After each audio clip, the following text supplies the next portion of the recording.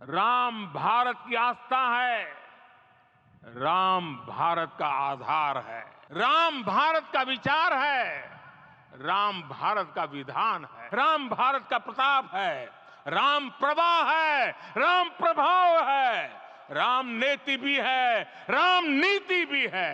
ये मंदिर मात्र एक देव मंदिर नहीं है, ये भारत की दृष्टि का, भारत के दर्शन का, भारत के दिग्दर्शन का मंदिर है। ये राम के रूप में राष्ट्र चेतना का मंदिर है। राम भारत की आस्था है, राम भारत का आधार है, राम भारत का विचार है, राम भारत का विधान है, राम भारत की चेतना है, राम भारत का चिंतन है, राम भारत की प्रतिष्ठा है, राम भारत का प्रताप है, राम प्रवाह है, राम प्रभाव है, राम नेति भी है, राम नीति भी है, राम नित्यता भी है, राम निरंतरता भी है, राम विभु है, विशद है, राम व्यापक है, विश्व है, विश्वात्मा है। और इसलिए जब राम की प्रतिष्ठा होती है तो उसका प्रभाव वर्षों या शताब्दियों तक ही नहीं होता, उसका प्रभाव हजारों वर्षों के लिए होता है। महर्षि वाल्मीकि ने कहा है, राज्यम 10 सहस्त्राणि प्राप्य वर्षाणि राघव, अर्थात राम 10,000 वर्षों के लिए राज्य पर प्रतिष्ठित हुए, यानी हजारों वर्षों के लिए राम राज्य स्थापित हुआ। जब त्रेता में राम आए थे तब हजारों वर्षों के लिए राम राज्य की स्थापना हुई थी। हजारों वर्षों तक राम विश्व पथ प्रदर्शन करते रहे थे। और इसलिए मेरे प्यारे देशवासियों, आज अयोध्या भूमि हम सभी से, प्रत्येक राम भक्त से, प्रत्येक भारतीय से कुछ सवाल कर रही है। श्री राम का भव्य मंदिर तो बन गया, अब आगे क्या? सदियों का इंतजार तो खत्म हो गया, अब आगे क्या? आज के इस अवसर पर जो दैवीय आत्माएं हमें आशीर्वाद देने के लिए उपस्थित हुई हैं, हमें देख रही हैं, उन्हें क्या हम ऐसे ही विदा करेंगे? नहीं, कदापि नहीं। आज मैं पूरे पवित्र मन से महसूस कर रहा हूं कि काल चक्र बदल रहा है। ये सुखद संयोग है कि हमारी पीढ़ी को एक कालजयी पथ के शिल्पकार के रूप में चुना गया है। 1000 वर्ष बाद की पीढ़ी राष्ट्र निर्माण के हमारे आज के कार्यों को याद करेगी। इसलिए मैं कहता हूं, यही समय है, सही समय है। हमें आज से, इस पवित्र समय से अगले 1000 साल के भारत की नींव रखनी है। मंदिर निर्माण से आगे बढ़कर अब हमें सभी देशवासी यहीं इस पल से समर्थ, सक्षम, भव्य, दिव्य भारत के निर्माण की सौगंध लेते हैं।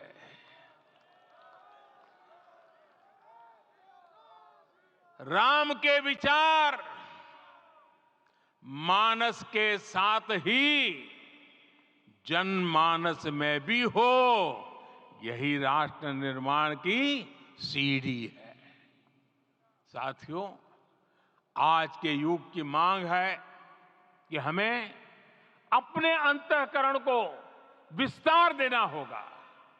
हमारी चेतना का विस्तार देव से देश तक, राम से राष्ट्र तक होना चाहिए। हनुमान जी की भक्ति, हनुमान जी की सेवा, हनुमान जी का समर्पण, ये ऐसे गुण हैं जिन्हें हमें बाहर नहीं खोजना पड़ता। प्रत्येक भारतीय में भक्ति, सेवा और समर्पण के भाव समर्थ, सक्षम, भव्य, दिव्य भारत का आधार बनेंगे। और यही तो है देव से देश और राम से राष्ट्र की चेतना का विस्तार। दूर सुदूर जंगल में, कुटिया में जीवन गुजारने वाली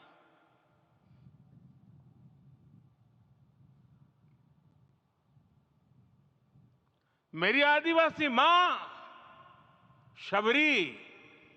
शबरी का ध्यान आते ही अप्रतिम विश्वास जागृत होता है।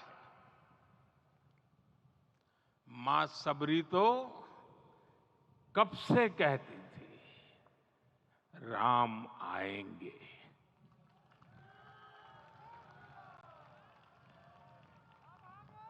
प्रत्येक भारतीय में जन्मा यही विश्वास समर्थ, सक्षम, भव्य भारत का आधार बनेगा। और यही तो है देव से देश और राम से राष्ट्र की चेतना का विस्तार। हम सब जानते हैं कि निषाद राज की मित्रता सभी बंधनों से परे है। निषाद राज का राम के प्रति सम्मोहन, प्रभु राम का निषाद राज के लिए अपनापन कितना मौलिक है। सब अपने हैं, सभी समान है। प्रत्येक भारतीय में अपनत्व की, बंधुत्व की ये भावना समर्थ, सक्षम, भव्य, दिव्य भारत का आधार बनेगी। और यही तो है देव से देश और राम से राष्ट्र की चेतना का विस्तार। साथियों, आज देश में निराशा के लिए रत्ती भर भी स्थान नहीं है। मैं तो बहुत सामान्य हूं, मैं तो बहुत छोटा हूं। अगर कोई ये सोचता है तो उसे गिलहरी के योगदान को याद करना चाहिए। गिलहरी का स्मरण ही हमें हमारी इस हिचक को दूर करेगा, हमें सिखाएगा कि छोटे बड़े हर प्रयास की अपनी ताकत होती है, अपना योगदान होता है। और सबके प्रयास की यही भावना समर्थ, सक्षम, भव्य, दिव्य भारत का आधार बनेगी। और यही तो देव से देश और राम से राष्ट्र की चेतना का विस्तार। साथियों, लंकापति रावण प्रकांड ज्ञानी थे, अपार शक्ति के धनी थे, लेकिन जटायु जी की मूल्य निष्ठा देखिए। वे महाबली रावण से भिड़ गए। उन्हें भी पता था कि वो रावण को परास्त नहीं कर पाएंगे, लेकिन फिर भी उन्होंने रावण को चुनौती दी। कर्तव्य की यही पराकाष्ठा समर्थ, सक्षम, भव्य, दिव्य भारत का आधार है। और यही तो है देव से देश और राम से राष्ट्र की चेतना का विस्तार। आइए हम संकल्प लें कि राष्ट्र निर्माण के लिए हम अपने जीवन का पल पल लगा देंगे। राम काज से राष्ट्र काज, समय का पल पल, शरीर का कण कण राम समर्पण को राष्ट्र समर्पण के ध्येय से जोड़ देंगे। मेरे देशवासियों, प्रभु श्री राम की हमारी पूजा विशेष होनी चाहिए। ये पूजा स्व से ऊपर उठ करके समष्टि के लिए होनी चाहिए। ये पूजा अहम से उठकर वयम के लिए होनी चाहिए। प्रभु को जो भोग चढ़ेगा वो विकसित भारत के लिए हमारे परिश्रम की पराकाष्ठा का प्रसाद भी होगा। हमें नित्य पराक्रम, पुरुषार्थ, समर्पण का प्रसाद प्रभु राम को चढ़ाना होगा। इनसे नित्य प्रभु राम की पूजा करनी होगी, तब हम भारत को वैभवशाली और विकसित बना पाएंगे। मेरे प्यारे देशवासियों, ये भारत के विकास का अमृत काल है। आज भारत युवा शक्ति की पूंजी से भरा हुआ है, ऊर्जा से भरा हुआ है। ऐसी सकारात्मक परिस्थितियां फिर न जाने कितने समय बाद बनेगी। हमें अब चूकना नहीं है, हमें अब बैठना नहीं है। मैं अपने देश के युवाओं से कहूंगा, आपके सामने हजारों वर्ष की परंपरा की प्रेरणा है। आप भारत की उस पीढ़ी का प्रतिनिधित्व करते हैं जो चांद पर तिरंगा लहरा रही है। वो 15 लाख किलोमीटर की यात्रा करके सूर्य के पास जाकर मिशन आदित्य को सफल बना रही है।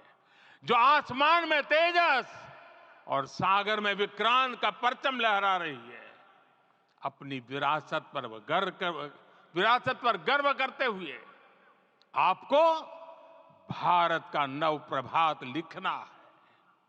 परंपरा की पवित्रता और आधुनिकता की अनंतता दोनों ही पथ पर चलते हुए भारत समृद्धि के लक्ष्य तक पहुंचेगा।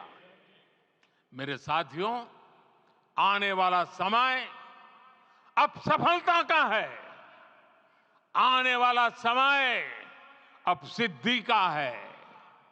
ये भव्य राम मंदिर साक्षी बनेगा भारत के उत्कर्ष का, भारत के उदय का। ये भव्य राम मंदिर साक्षी बनेगा भव्य भारत के अभ्युदय का, विकसित भारत का। ये मंदिर सिखाता है कि अगर लक्ष्य सत्य प्रमाणित हो, अगर लक्ष्य सामूहिकता और संगठित शक्ति से जन्मा हो, तब उस लक्ष्य को प्राप्त करना असंभव नहीं है।